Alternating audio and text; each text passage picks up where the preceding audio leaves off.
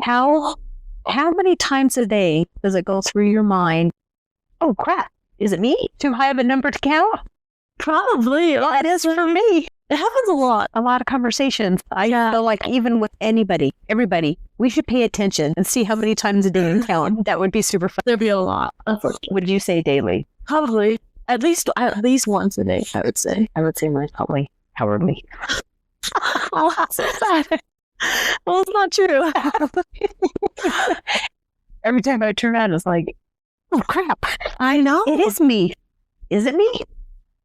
It feels like it. It feels like, no. Yeah. No, because that was true. This was true. I know. Uh-huh. Is that true? Yeah. Maybe. Maybe not. I'm in the panic. For the doubt and the panic and the brain damage. Hi, my name is Karen. And I'm Angelique. And we are your hosts for True the Twisted Podcast. So how's your week been? It's been long, and it's only Wednesday today. Oh dear. It's almost. I'm just tired, but that's okay. What's been going on? What's your week? Not even that much. Just life. Just life. Yeah. I know 1 year old. It's tired being a mom. But it's the best. It is the best. What about you? I wish my stress does not show up in front and center of my face.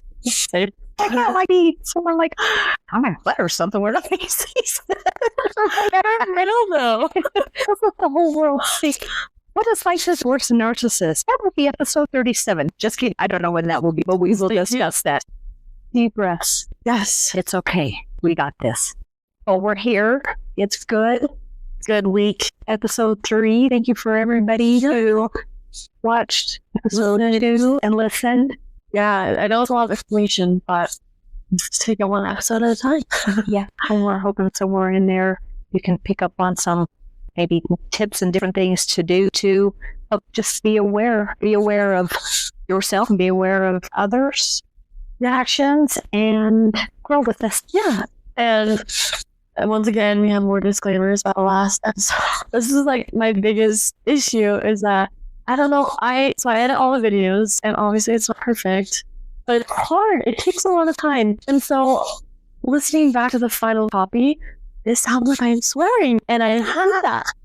So I swear to you. I promise you, I would say, "Oh my gosh," but for some reason, I cut it out every single time. So it sounded like I was saying that, and I was not, and I was just happy. You're so cute. So I just don't think I'm swearing. You are so cute. Because I don't, especially that. I don't like that phrase. So I noticed that I blink a lot, and you said that you noticed that you blink a lot. So right now, the eyes are watering. I know. Listen to a thing, the YouTube one day, and it's a guy who he interrogates for the government. I don't know who he interrogates for, but he talks about body language. And so if you blink a lot, it's because you're nervous or stressed. If you blink just a little bit, then you're calm. And if you don't blink at all, you're a psychopath. Guess what? We're not psychopaths. We're stressed and nervous. I'll take that. I get myself now watching people all the time, like counting their blink. Yeah. Oh my gosh. Now everybody's going to walk around looking and see who blinks and who doesn't. I know. Isn't that also the thing, like, to see if the person's actually paying attention to you in the conversation? Like, how many times they blink? Like, if they're blinking, didn't you say that? Like, their attention span? I can't remember if that's true or not. But that, I had heard that with, like, people who are on stage, and if you're watching the audience, if people are blinking a lot, you're losing them. So you've got to like switch up, change the topic, or do something because your audience is gone. So, well, it's a good thing we're recording this, yes, so people can't blink a lot. Right. So I'm glad you're not a psychopath. Yeah, me too. I'm glad you're not either. Me too. So our topic this week is it them or is it me? So we are trained to believe that we are the problem. So even after they leave, we still think we were the problem. Even if we have evidence that we weren't, and even going through even a breakup, if they're doing a smear campaign and they're trashing your reputation or they're talking to people, even though you have proof, it's the weirdest thing. You still go, crap, am I the problem? Yeah. Blah. And it, even though they're gone, they're still living rent free in our head. Yeah. Just like when Zach and I were dating, they said that I was a problem. I changed. And yet, even though we've been having problems since I was 16 years old, so to say, Pre-Zach. Yeah, before Zach. So for them to keep saying that I'm the problem, and it was so confusing. And honestly, like, even some days I still like, I think back and I think, did I not do enough? Like, was I not being a good child to them? I don't know. It's just confusing. And you literally begin to question everything. Yeah. Every part of that relationship as far back as you can remember. Mm-hmm. Do you feel like you then also question yourself in relationships going forward? Well, yeah, especially now that I'm a mom too. I'm trying to figure out, how do I not do what they did so that my child is in the same situation? Especially because I do have so many narcissistic tendencies. So I don't want to be that for Carson and our other future kids. So yeah, definitely. Constant questioning. Mm-hmm. And it's a rabbit hole that sometimes it's hard to get out of. Mm-hmm. I think when you can get online and we found all sorts of different like tests as if you're a narcissist, and I was saying actually it is. I actually forgot, believe it or not, that I had published. I am not a doctor. I cannot diagnose. I cannot prescribe, and I am not an author by all means. Well, without an author, I think it was Super Hilly a couple of years back on Kindle, and it was called "You Might Not Be a Narcissist If." And I had just gone through and put in a bunch of different things that have happened to me. I think it was trying to help me come to terms with, am I? Do I do this? Am I, do I play the victim? Well, sometimes. Yeah. But am I able to recognize that and then switch from defense to offense and go, you know what? I'm not a victim. Actually, I'm a survivor, and pick myself up and brush myself off and contribute and be an example, So, yeah. I think it's helpful to be able to have questions that you can ask yourself that give you a chance to like self-examine, be aware of what's going on. Yeah. If you cannot do that, you're a narcissist. Yeah. Sorry, you are. If they cannot look at themselves and go, wow, I'm in stuff. That was really crappy that I said that. Yeah. And I am so sorry that I hurt you, and you are important to me. What can I do? What is my part? I dropped the ball. They will not say I dropped the ball. I cannot remember a single time my whole life that my dad has ever apologized to anyone in our family. So before you wrote this book, was it just your journaling and then that turned into book, or what made you? I don't know. Start it. That's most of my life. I don't know. Why do I do anything that I do? I don't know. I just sat. I probably spent 8 or 9 months, and I would just sit at night and was making that super cute on Canva and changed it. I made a couple different backgrounds and stuff, and fumbled my way through learning how to upload to Kindle, which is really hard. Yeah. And I didn't tell anybody. That's the funny part, is I don't know that I necessarily did it to make money. I never advertised it. I didn't tell people. I just, it was for yourself. For myself, and maybe I was afraid that if certain people knew it was out there, it would cause a problem. I don't know. Yeah. I don't know what was going on there. But the cool part is now is that we're coming back to it, and it came up for our podcast that the other morning, I woke up literally the other morning going, okay, what are some questions? When will we ask, each other for this episode. And all of a sudden I went, wait a minute. I have a book that I have on Kindle. I should read it and look. So if anybody decides to download it, know as I have printed it and looked at it, there are mistakes. It's about as written as I am. So, yeah. What you were saying about they don't apologize. Mm-hmm. I have said before, in conversations when you're trying to work through things and you're trying to come to a conclusion, we want conclusions, right? Yeah. We want some validation and we want some closure. They don't want validation.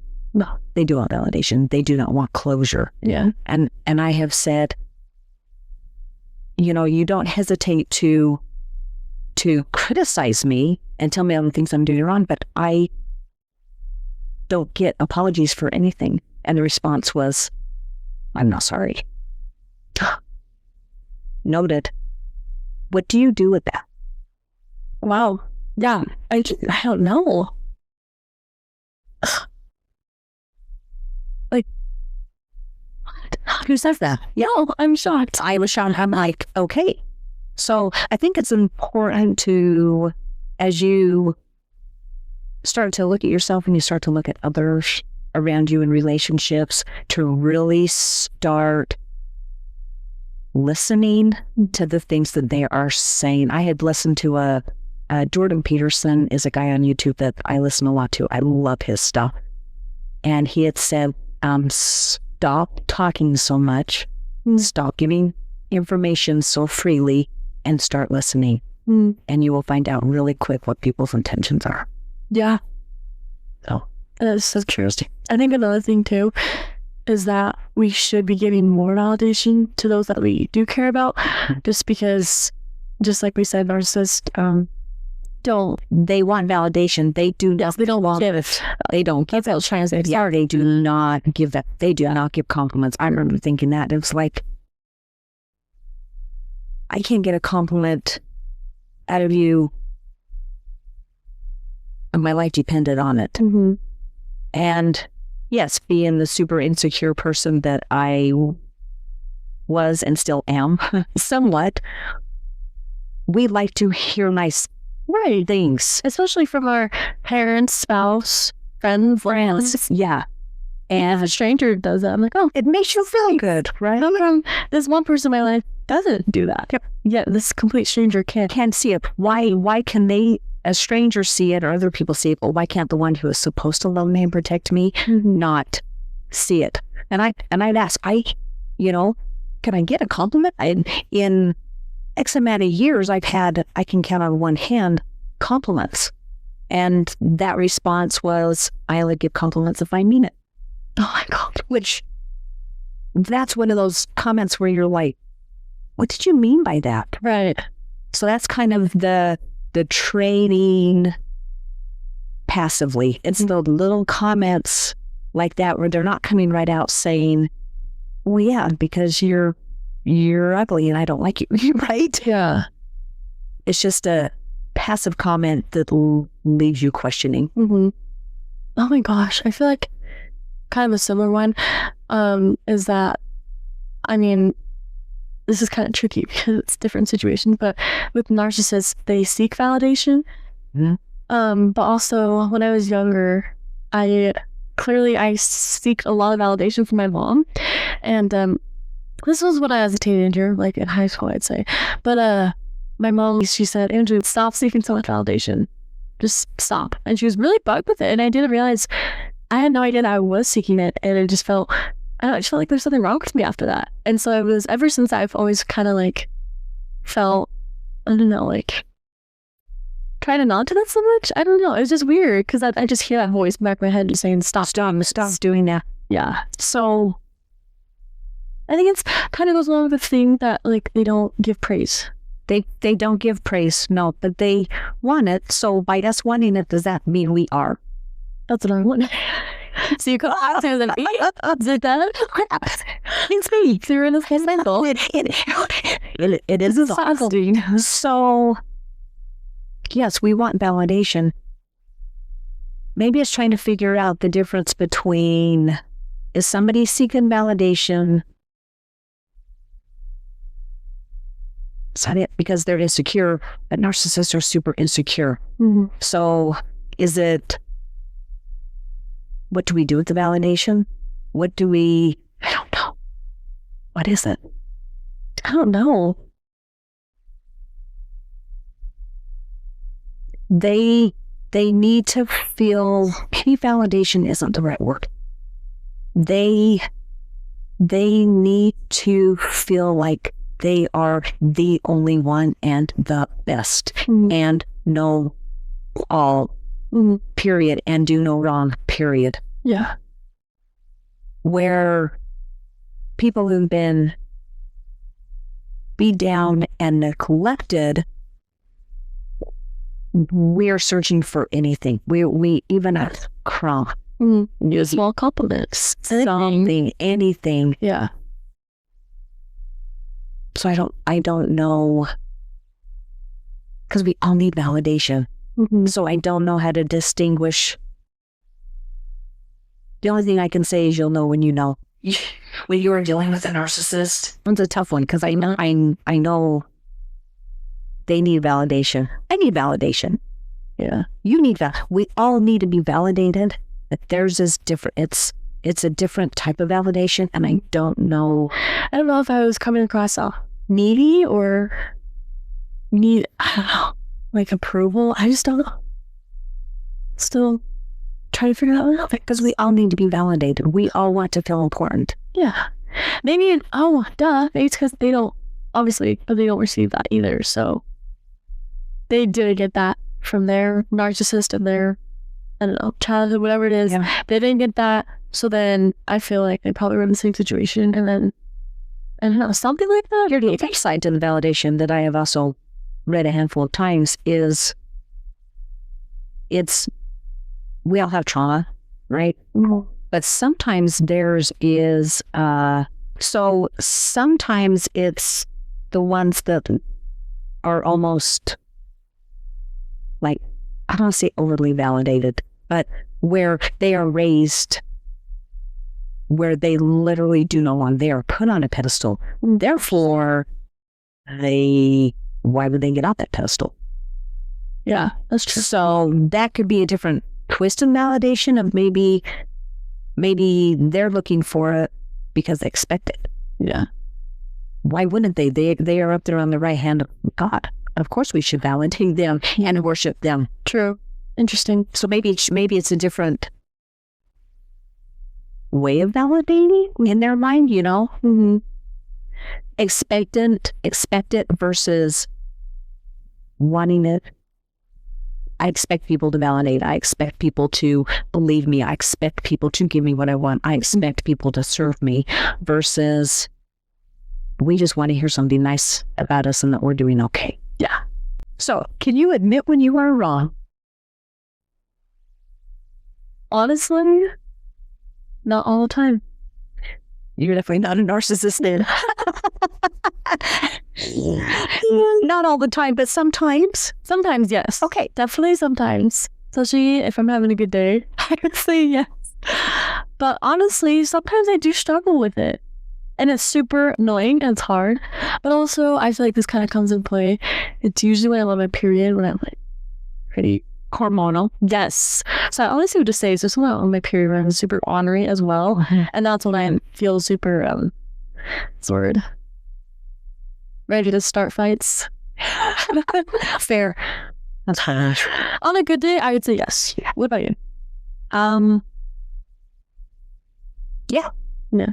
I mean, I hope so. I would say yes, definitely for you. Are there times when I know there are. I have lots of times where I call my kids. As I started learning and started really paying attention to what was going on in my body, learning about energy, learning about trapped emotions, and as thoughts come up and memories that I have, especially with my kids, it hurts. Oh. And I call them. Yeah. Dang, they're crying. Oh. I've had them with just going, ugh. Yeah. I didn't know. Yeah, was not great. I can't justify it. I know now, Yeah. and I'm different now. So I'm going to say, yeah, now. In the past, when I was in the middle of it, I think I probably defended my ground a lot. Mm-hmm. But as you learn, and that's the thing, as you start to learn and start to see the signs, don't you think when you first look at all the questions that we've come across, and even just other ones, and you're like, wow, I'm like 8 out of 10. Ooh. Yeah. And so, hey, because you had mentioned a term about something with the flea. Yeah. So after doing some research, it's actually really fun researching this type of stuff. Because we just talk about our experiences and stuff, and you send videos and I listen to them. But honestly, doing the research for myself, like, oh, this is fun, and like, it applies to me. So I guess maybe that's why it's funner in a sad way. But so there was a term for the narcissist. Say for my example, me, I picked up a lot of narcissistic tendencies from my parents. So that would be me. That means I was, they say, picking up fleas. Interesting. Which me, yeah, I have a lot of fleas on me in that case. So as we start to learn, we are now flea flickers. Yes, we are. We get to flick off the fleas and the bad traits that may not necessarily be who we are or our character. But as you begin to recognize those, that's when you can say, ooh, I did do that. Yeah. Hey, Yeah, seriously. let's work on this one and not do that anymore. Yeah, for sure. So now we're going to be diving into Karen's little book, and we're just going to talk about what they do to make us feel like we're the problem, or I don't know, just to question ourselves and see what they say. So what do you have in your book? Let's see. Which one do? Are you quick to offer a compliment? Yes. I would say yes. She's my best ever.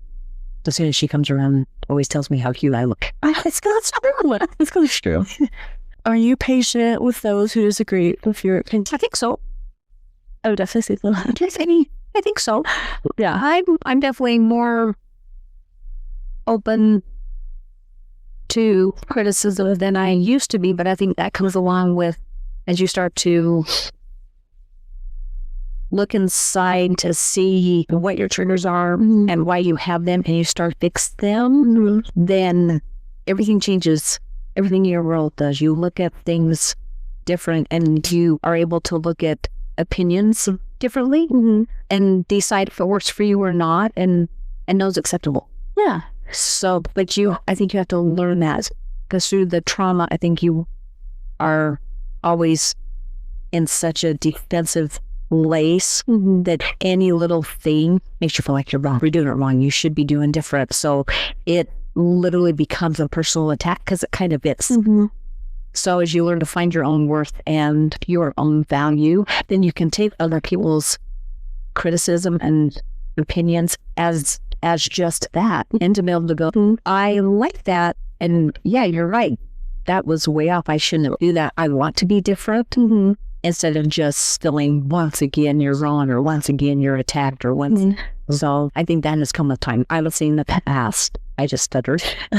Probably no, not as well as I do. Yeah. Well, good job. I'm proud of you. That takes a lot of work. It really takes a lot of work. And looking at all of the stuff, it's hard. Yeah.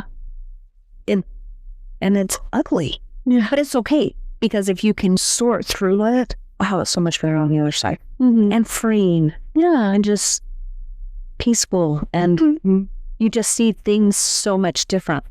The world is different. People are different.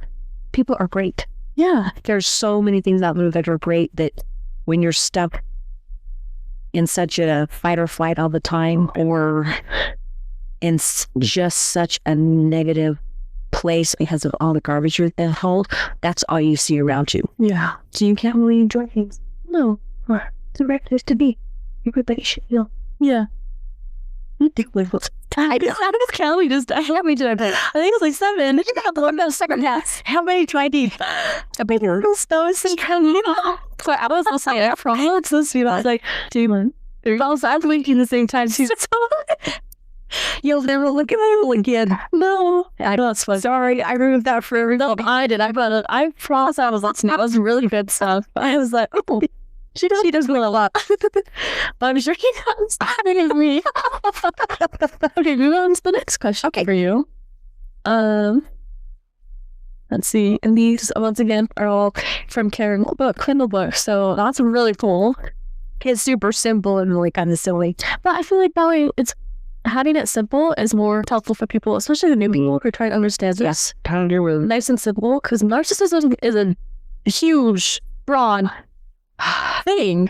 You can't just say, oh yeah, like this is what they do. Like it, there's comes a lot with it. So yeah, there are people. Exactly. to myself. Perfect. Okay. I have one for you. Oh, okay. In disagreements, do you see common ground or dominance? I would definitely say now is definitely common ground because of Zach. Our first year marriage is so hard. It's hard. Especially for people who date for 2 months, like us. Yeah, brand new. Because we're obviously still trying to get to know each other. So yeah, it was hard. And we didn't really have any opportunities to get in arguments or fights because we were dealing with my parents and stuff, with all that drama. And so, aside from the fact, people saying that we are trauma bonded, it's not true. But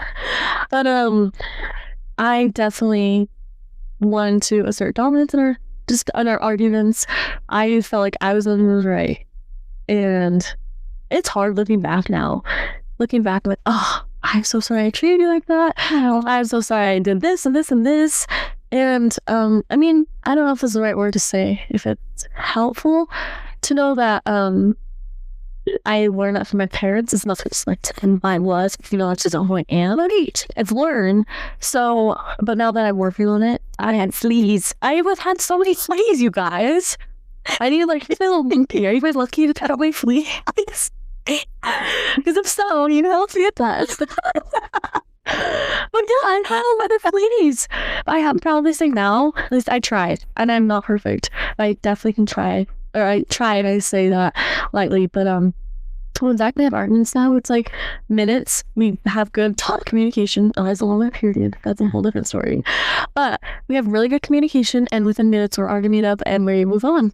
And you're truly made up in his own. Yes, and there's no resentment, nothing held back, which we did in our first year because we don't want to hurt each other's feelings. And then resentment came, and then I got smarter. What are you laughing at? You know, fleas. You're smart. You're so funny. Sorry. Did I say something bad? No. I'm sorry.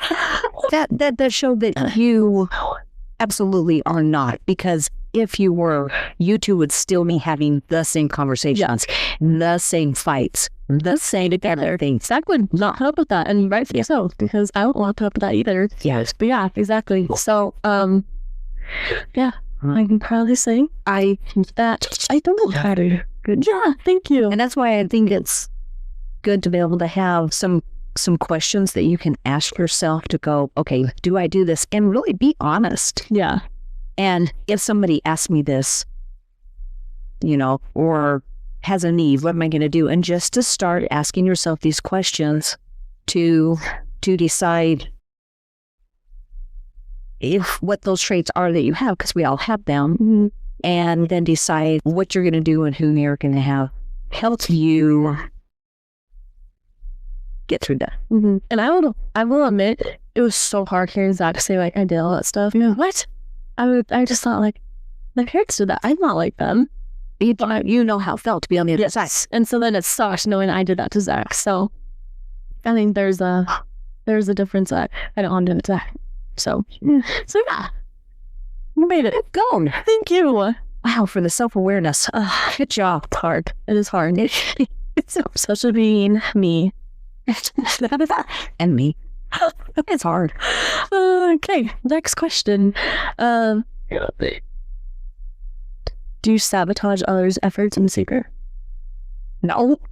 I don't think so. I'm doing. No. I don't even do that. That's awful. Hey, what about that? Look, that's a picture. Sabotaging somebody's efforts. let's see, bro, a narcissist wants others to think poorly about you, so they will trash you to anybody and everybody when you're not around. Kind of goes hand in hand with isolation. Yeah. That we talked about last episode. Yeah. So to your face, they're either not saying anything because they don't very freely give compliments or kind words. Or if you are doing something good, or maybe something that is maybe like serving somebody or something, then I would see it as then when you're not around to maybe like their friends or to your kids or their siblings or their kids or whoever it is, maybe somehow twisting that good thing that you did into something bad, whatever that means, whatever that looks like. I'm trying to think of an example. I'm kind of going blank. But if you know, you know. Yeah. I wonder, I mean, it all goes hand in hand as well, but yeah, thinking like with them also trashing us, but also like the other side, when we do something good or, you know, praiseworthy, then they just ignore it or downplay it. But that also goes into, watching us suffer. They know that we need that validation. Yeah. And yet they're not giving it to us, so then they get us to suffer. And yeah. So I wonder if it could be something like, let's say somebody is working multiple jobs because they have to for the finances, the bills, to support the people at home. And then maybe when the spouse is out at home, they're telling the kids, oh my gosh, your mom's never here. She's never around supporting you. She's never around doing these things for you. That would be trashing you behind your back, because what you're doing is a good thing. You are out there making money, trying to support their kids, but they're planting seeds in the kids' mind of, oh, you're right. She never, you know, she must not love me. See, she's never here for you. See, you can't talk to her. Or, you know, if the kids are getting in trouble for something, you know, behind their back going, oh my gosh, you know, what's she freaking out about? She's freaking out about nothing. Why would she do that to you? That type of thing. So I think it's maybe planting the seeds, the untrue seeds to other people when you're not around. Yeah. Because they're only giving like this much of the story. They focus on this instead of the whole story, which then changes the whole story. Yeah. And as sad as it sounds, that's what I was worried about. My parents were to be involved in our lives.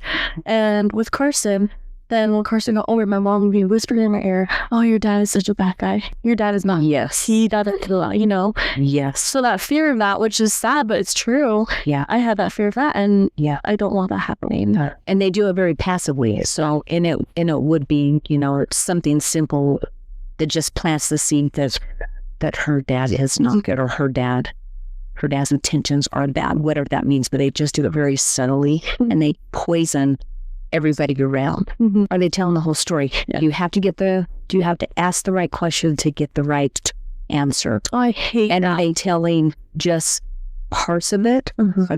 Are they telling your side of it? Are they telling what they did? Yeah. Or are they just telling just little bits of truth covering in a whole bunch of garbage? I know we've talked about this before. I love on the podcast for orders that are passed, but when they say that we didn't ask the right question, so it's on us. Like, that is the stupidest thing I ever heard. Yeah. Blame it on us, saying that, oh, you didn't ask right. You didn't. So you didn't give the answer. Yeah. Sorry. Like, yeah. What? Stupid. So that's a big one. I think by them not completely answering the question, or somehow like twisting it around, and all of a sudden they're talking about something totally different, and you never quite get an answer, then you just kind of stop asking. You stop asking, and you're never quite in the know, so you never know what goes on. So it still falls under them keeping you isolated because you don't have all the information and confused. Yeah. So then when something does come up, a plan comes up, or a conversation or something, and you're like, whoa, wait a minute. Or here's another one, they'll forget things. This is kind of going to the flats, but it can be in this too. Do you do this? Well, that's good in that way. Yeah, I forgot. Crap. Here we go again. That first we'll put back up. Anywho, cut that out. Yeah, it's gone. That's a good one too. It's so funny. It'll come back. Wow, do you think the brain damage is real? Sadly, criminal yes. Oh dear. Gotta laugh through it somehow. There's healing in laughter. There is. What else you would do? Not gonna sit here and cry, that's for sure. Although I did do that. We both did. I mean, they're freaking out a little bit earlier today, but I'm good. But it wasn't for that long. It is okay. It is okay. Yeah. And that's okay to have your moments too. We all have them. We all have them. Mm-hmm. And I was swearing up a storm. But the important part is you're still not doing that. No. Yeah. I'm back onto the offense. Yeah. Took charge of the situation. And I even apologized to the lady. I was swearing at her. I was swearing with her, but she wasn't swearing To her. I was swearing to her. I apologize. So if you were watching The lesson learned, even though not everybody know what I'm talking about, I learned a really good lesson today. I shouldn't freak out until I have gathered the information and figured out like the outcome. Mm-hmm. Because I could have went into it much more calm, and the outcome was the same. Truth is truth. Yeah. So that was a good lesson learned for me today. So before I freak out, But you're still valid. no. Kind of. No. Definitely honored. Take that. Oh. Yeah. So lesson learned. I am working on that one. I will try to keep it calm until I get the information gathered and until I know what's going to happen. Then I'll lose it. But even on the lesson learned, you've been really good at that before. Like, aside from today, you have been really good at that. I mean, I've come to you so many things. We talk about things, and I've seen you, and you told me, like, well, let's just wait. You know, there's always other sides. You never know what's going on. So you helped me. So it's okay. It is. We're all still growing and learning. Exactly. And if that didn't happen today, you wouldn't be able to share. That's true. So thank you for trimming it. You're welcome. You're welcome. Okay, moving on. So, we're going to pick your brain first. Why do you think narcissists create this problem in our head of it having it? Is it them or is it me? Why do you think they do this? Because they can't handle the truth. They can't. Yeah. They can't handle not being perfect for some reason. I don't know what the word is. They just are not able to admit it or make things right or not be perfect. They can't be criticized. I don't. That's the only thing I come up with is they cannot handle the truth or being not perfect, but none of us are perfect. Mm-hmm. So here's the hard part. Of course, they're not going to self-reflect, but do you think that they know that they do this and they just don't care? Or you think they're just completely oblivious because they think they're perfect, all-knowing, you know? What? I don't know. What do you think? I have so many different opinions. It kind of depends on the day. Let's see what I think today. Oh dear. Just kidding. I have dealt with a couple different types. So, I mean, there's the ones that are super quiet and passive. There's the ones that are aggressive in your face. Mm-hmm. There are the ones that are out of my control. There are ones that are psychopaths. It's sure I start looking more legally. What I have learned from the handful of different types that I have dealt with, Mm-hmm.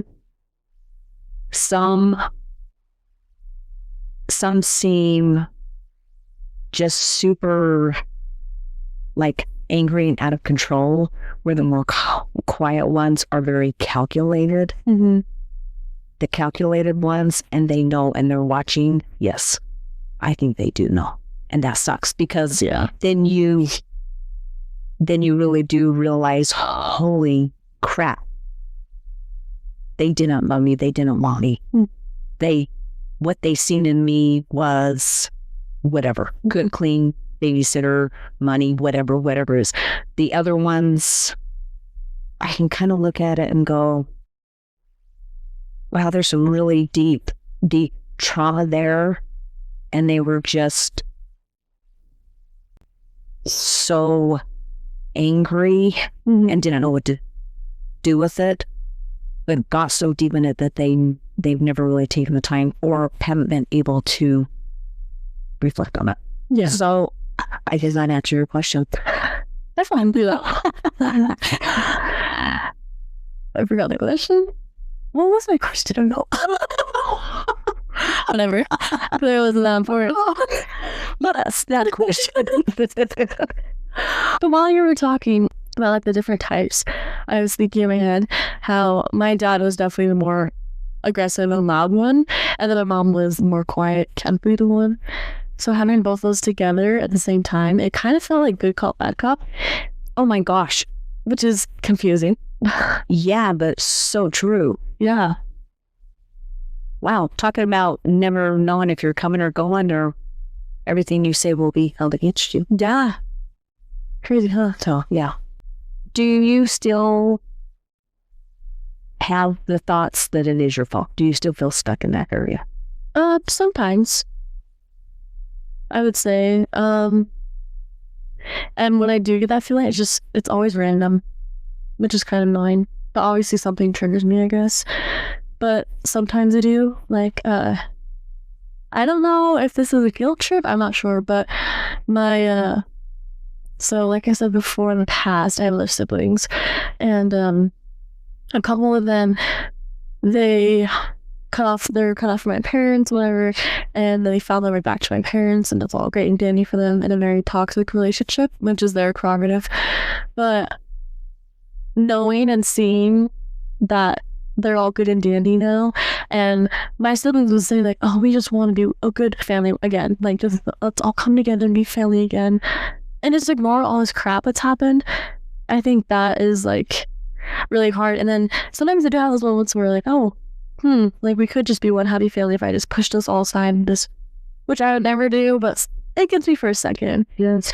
Yeah. And I don't know, that's kind of hard. So sometimes I do, sometimes I'm like, oh, I'm a bad sibling and I'm a bad daughter, but also my priority in life right now is being a good mom and a good wife. Yeah. So I don't know. What about you? Yeah. Do you feel like you get stuck at those moments? All the time. Yeah. All the time. Mm-hmm. So I'm thankful for the things that I have learned that help me get out of them quicker, or I would be even a bigger mess than I am. Oh gosh, me too. So, but yeah, there are times where they just, the thoughts just sneak in. Like just say, they sneak in the back door. And there, oh my gosh, there was one day, it was the weirdest thing, and I was telling Sue, my sister, about it, because I knew what I was thinking about, so I could see which I was just thinking about whatever I was doing for the day. Nothing bad. But kid you not, literally like in the back of my head, it was almost like background music. But it was things that were happening at that time and things that had been said. But it literally was like, it was like background music. And I remember thinking, this is in layers. What is going on in here? Why do I have background music of somebody telling me you're this, you're that, all of those things? And that was when I thought, wow, what the heck? And what do I do with this? Yeah. So,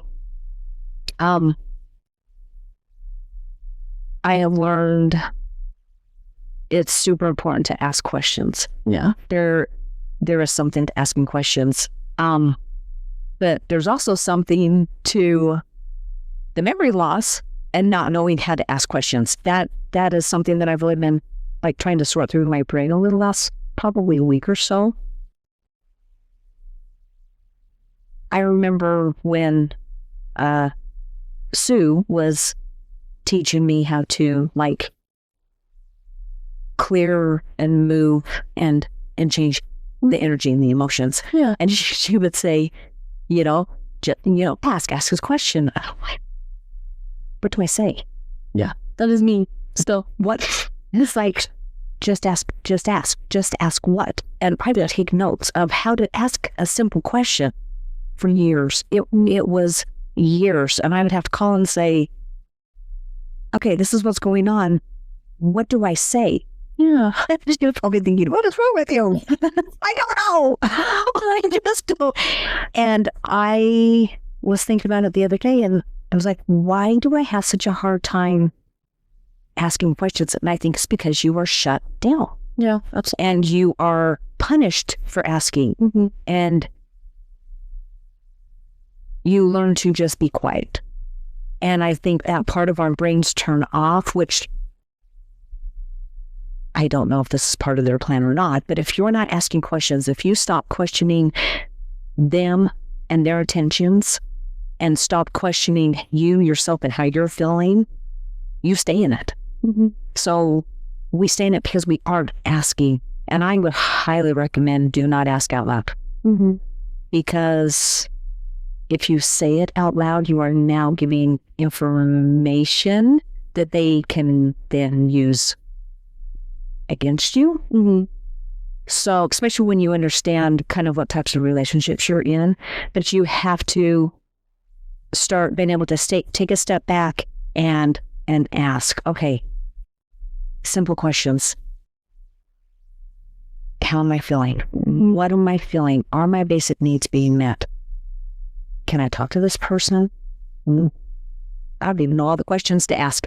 I'm going to work on a worksheet and some things that we can post on our Etsy store. We're going to have like fun swag and stuff on there. Yeah. And stuff. But I would like to make like worksheets or something that people can look at to practice asking questions. The more you ask and learn how to ask, the easier it is to ask. But it definitely takes time. I'm getting better than I used to be. Oh, yeah, definitely. But to be able to just take a step back, take a few breaths, air is important, get your system calmed down, and to be able to even just say, okay, what am I feeling? Mm-hmm. Is this good? No. Okay. We either got good or bad, right? Light or dark, good or evil. We can go as big or little as we want. Mm-hmm. If I'm not feeling good, what's going on? Why? Are they showing kindness to me? Am I showing kindness to them? Mm-hmm. Am I scared? Am I threatened? Do I have a voice? And at that point, you can start to see what is really going on. And then you can start to figure out what you're going to do. Mm-hmm. Yeah. I think, kind of back a lot, but going back to where you were saying that you're not sure if that is their intention, but I can say I think it absolutely is their intention is to keep us not knowing anything that's going on, to keep us confused, keep that control of us as well. Yeah. And they want us to be the weak one. I mean, it depends on the narcissist, so you're the victim or the hero. But I think in those situations, they want us to be the victim so that they can be the hero. You know what I mean? Like, they want to take advantage. To take advantage, or they want to be, even them being the victim, somehow in their sick minds, they're still higher than everybody else. Because if they're the victim, now everybody is surrounding them, serving them and helping them and changing everything around them. So even though I think they use that as a tool, I still in their minds, I still wonder if they still think that they're Oh, I bet. it's just manipulation. I learned that because I have noticed sometimes some people who tend to be sick all the time for years and years, ironically, have not been sick for, and it's weird. And it's, Stronger than I would have ever thought and less sick than I ever thought. Interesting. Noted. yeah. So that's when you begin to realize, Then the questions come flowing in. yep, and you realize, oh, this was intentional. They did know. Yeah. They did. So for you, I mean, obviously we're still working through trying to figure out that we aren't the problem. But for your journey of that, you would say asking questions really helped you. I think for me, I just, like I said, I'm still trying to learn how to do that. So as a tool I try to use, but also I'm not perfect at it. But I honestly just think that talking to you and honestly just praying to God has really helped me a ton. Yeah. And time, honestly, like as much as that sucks because you're just kind of sitting in it, especially I did because I didn't want to talk about it or write about it or anything. Yeah. But I honestly would say just having that support that we talked about in the past and praying and having, I don't know, those try to ask questions. Yeah. But yeah. Yeah. I love the praying, obviously, and I love the writing.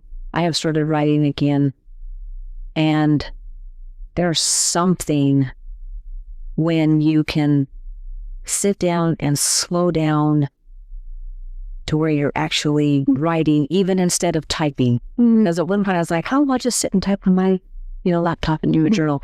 It's different. It is. And you can get, I think, more of the real emotions out as they start to flow. And I had listened to David Bayer, another guy I listened to.